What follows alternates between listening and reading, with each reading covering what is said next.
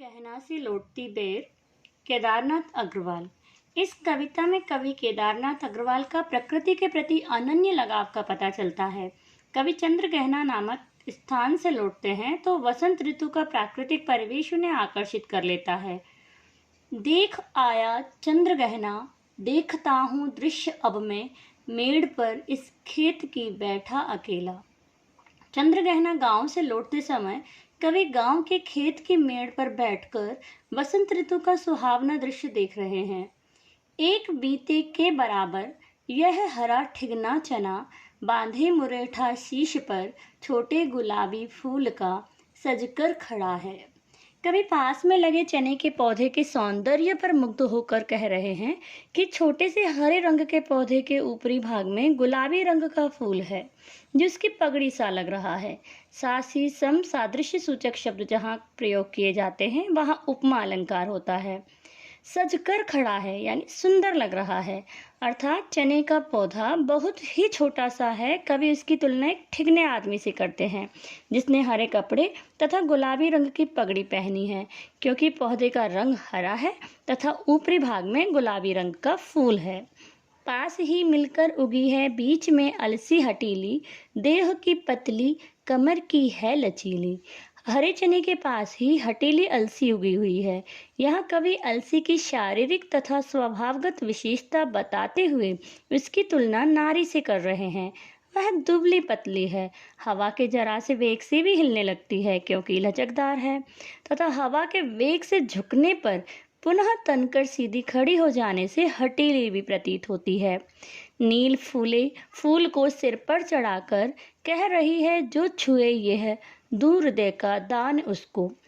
अलसी के सिर पर नीले रंग के फूल सजे हैं, मानो कह रही हो कि यदि कोई उसे छू लेगा तो वो अपना हृदय उसे दान में दे देगी, अर्थात वह उसके प्रति पूर्ण समर्पित होने के लिए तैयार है। और सरसों की न पूछो, हो गई सबसे सयानी। जब किसी चीज या वस्तु की कोई खास बात बतानी होती है तब उत्सुकता जागृत करने के लिए या अतिशयता बताने के लिए इस शैली का प्रयोग किया जाता है कि सरसों के रूप सौंदर्य के बारे में मत पूछो। जब अभिव्यक्ति के लिए शब्द नहीं मिलते तब लाचारीवश ऐसा कह देते हैं। पीली सरसों अत्यंत प्यारी, सुंदर, आकर्षक लग रही है। सब जगह उसका पीला रंग चटक रहा है यानी सुशोभित हो रहा है। सयानी अर्थात सरसों पककर तैयार हो चुकी है। हाथ पीले कर लिए हैं, ब्याह मंडप में पधारी, फाग गाता मास फागुन, आ गया है आज जैसे, देखता हूँ मैं स्वयंवर हो रहा है। कवि को पीले रंग का सरसों का फूल किसी विवाह योग्य कन्या की याद दिलाता है, मानो उसके हाथ पीले कर दिए गए हैं। खेत को विवाह मंडप माना है और वह विवाह मंडप में आई है।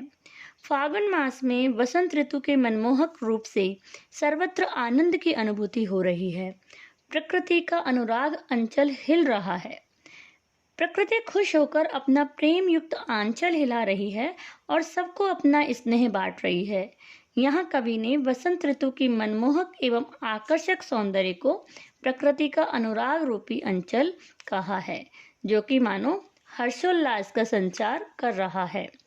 इस विजन में दूर व्यापारिक नगर से प्रेम की प्रिय भूमि उपजाऊ अधिक है। शहरी वातावरण में व्यापारिक लेन देन ज्यादा होने से या कहें कि सिर्फ व्यापार को ही महत्ता दे देने से प्रेम कम हो जाता है, जबकि ग्रामीण जीवन में प्रकृति का खुला वातावरण ही प्रेम की उपजाऊ भूमि है। इस प्रकार नगरीय संस्कृति और ग्रामीण संस्कृति का तुलनात्मक अंतर प्रकट होता है। शहरी भागदौड़ एवं कोलाहल से दूर प्रकृति की गोद में असीम शांति और स्वच्छंदता का अनुभव होता है। उठ रही इसमें लहरियां, नील तल में जो उगी है घास भूरी, ले रही वह भी लहरियां। जहाँ कवि बैठे हैं वही छोटा सा तालाब था जिसमें लहरें उठती रहती हैं, और वहाँ तालाब के साफ पानी के तल में उगी घास लहराती हुई साफ दिखाई दे रही है। एक चांदी का बड़ा सा गोल खंबा आंख को है चकमकाता। कवि यहाँ पोखर के जल को चांदी का बड़ा सा गोल खंबा कहते हैं, क्योंकि सरोवर के शुद्ध जल में जब सूर्य की किरणें पड़ती हैं तो वे किरणें परावर्तित यानी रिफ्लेक्ट होकर चांदी की तरह चकाचौंध उत्पन्न कर देती है। है कहीं पत्थर किनारे, पी रहे चुपचाप पानी, प्यास जाने कब बुझेगी। तालाब के किनारे पत्थर पानी में पड़े हुए हैं, उनमें किसी प्रकार की हलचल नहीं है, मानो वे चुपचाप पानी पी रहे हैं, परंतु प्यास फिर भी नहीं बुझती। यहाँ पत्थरों का मानवीकरण किया गया है। कवि के अनुसार पत्थर उस अभावग्रस्त तथा शोषित जनता का प्रतीक है जो संपन्न व्यक्तियों के साथ रहते हैं, परंतु सदा अतृप्त तथा दीनहीन बने रहते हैं। चुप खड़ा बगुला डुबाए टांग जल में, देखते ही मीन चंचल, ध्यान निद्रा त्यागता है, चट दबाकर चोंच में नीचे गले के डालता है। इसी तालाब में एक बगुला अपनी एक टांग पानी में डुबोकर ध्यान मग्न खड़ा है, परंतु जैसे ही किसी चंचल मछली को देखता है, वह ढोंगी अपना ध्यान भंग करके वह चट से चोंच में दवा गले में उतार लेता है।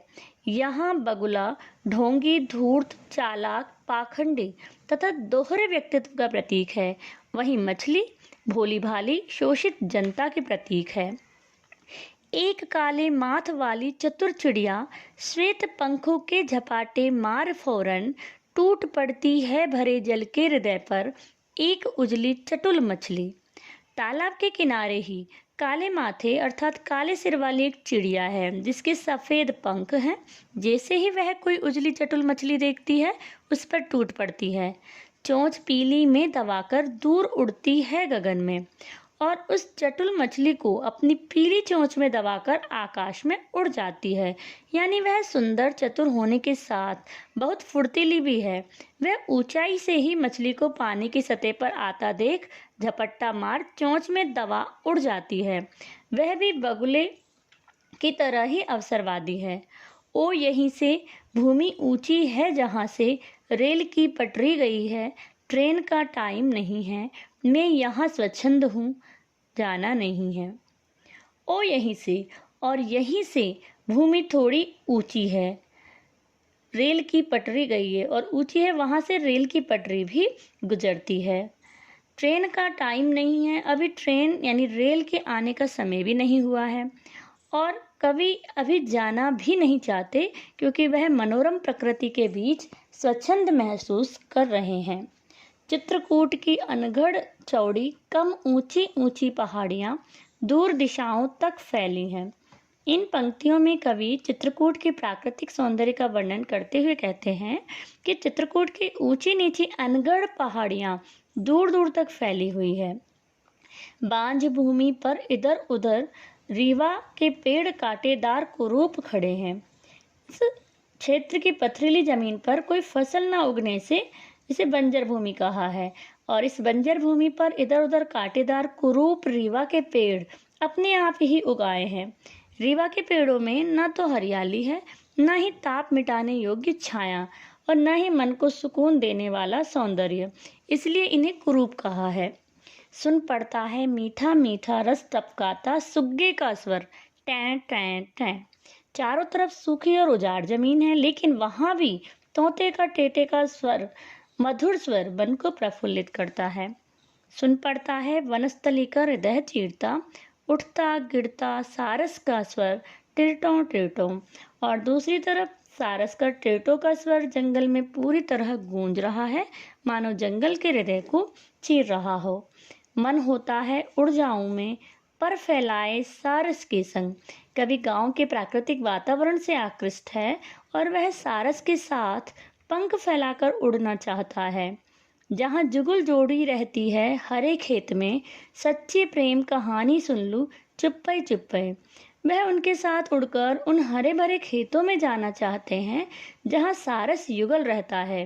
कभी यहाँ रहकर चुपचाप सच्ची प्रेम कहानियां सुनना चाहते हैं। सारस अपने प्रेमी के बिछड़ने पर तड़प तड़प कर प्राण त्याग देते हैं। पशु पक्षियों का प्रेम मनुष्यों की तुलना में श्रेष्ठ, पवित्र और समर्पण से भरपूर होता है। कवि भी ऐसे सच्चे प्रेम का अनुभव करना चाहते हैं। इस पूरी कविता में प्रकृति का मानवीकरण स्पष्ट रूप से देखा जा सकता है। गहना से लौटती बेर,